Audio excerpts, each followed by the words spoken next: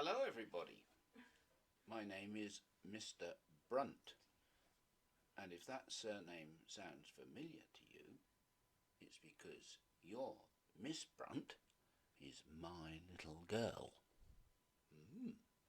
Right, I'm going to read for you chapter 21 of Alan Alberg's Woof, and it's entitled Then This Happened.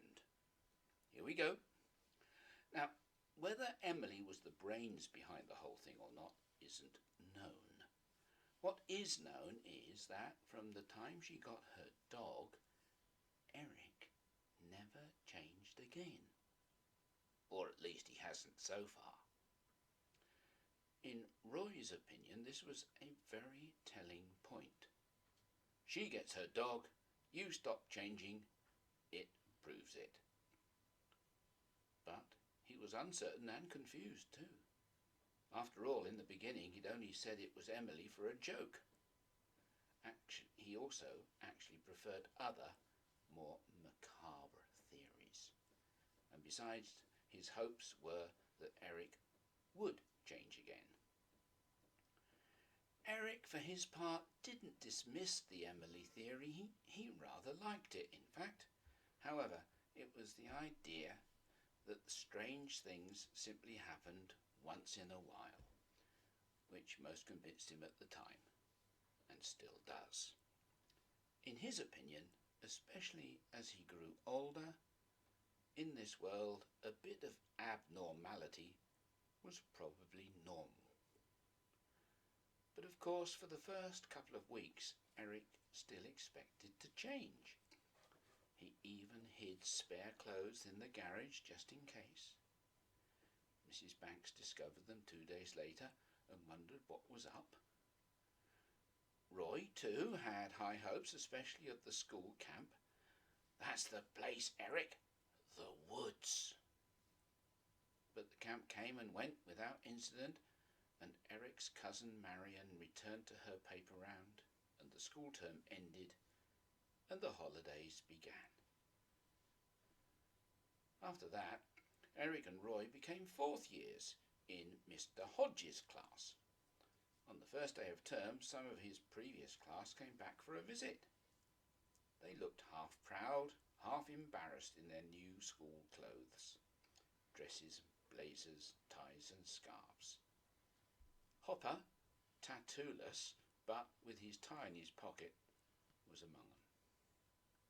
As the months went by, Roy continued from habit to keep an eye on his friend, and then, in the new year, a new girl arrived in the class, and Roy kept an eye on her instead.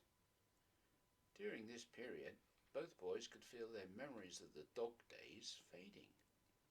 They made strenuous efforts to hang on to them, as people often do with a good dream, but time kept passing and fresh dramas arrived. Burglary at the scout hut, a ghost at the school camp, to push the old ones out. Now, it's nearly 3 years later. Eric hasn't changed into a dog again, but other changes have occurred. His cousin Marion is engaged. Emily is 6 and soon to be a brownie. Eric has grown 5 inches and become less in awe of his mum's detective work. Roy, slightly the older of the two, has turned into a teenager. He combs his hair a dozen times a day and has lately taken Joan Spooner to the pictures. But even now, occasionally some things happen which, take last week for example, Eric had gone on a visit with his combined studies group. Roy was in a different group, to the Bell Street RSPCA Dogs Home. Here he'd seen the vets at work and the kennel maids and various dogs. One in particular caught his attention.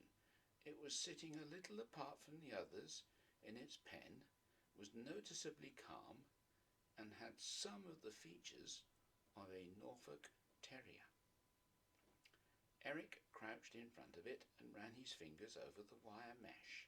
"Here, boy," he said. Then, almost without thinking, but with a quick look over his shoulder, he added, "Are you a boy?" Bark once for yes, twice for no. The dog put its head on one side, pricked an ear. It allowed the top of its head to be scratched. "Woof," it said.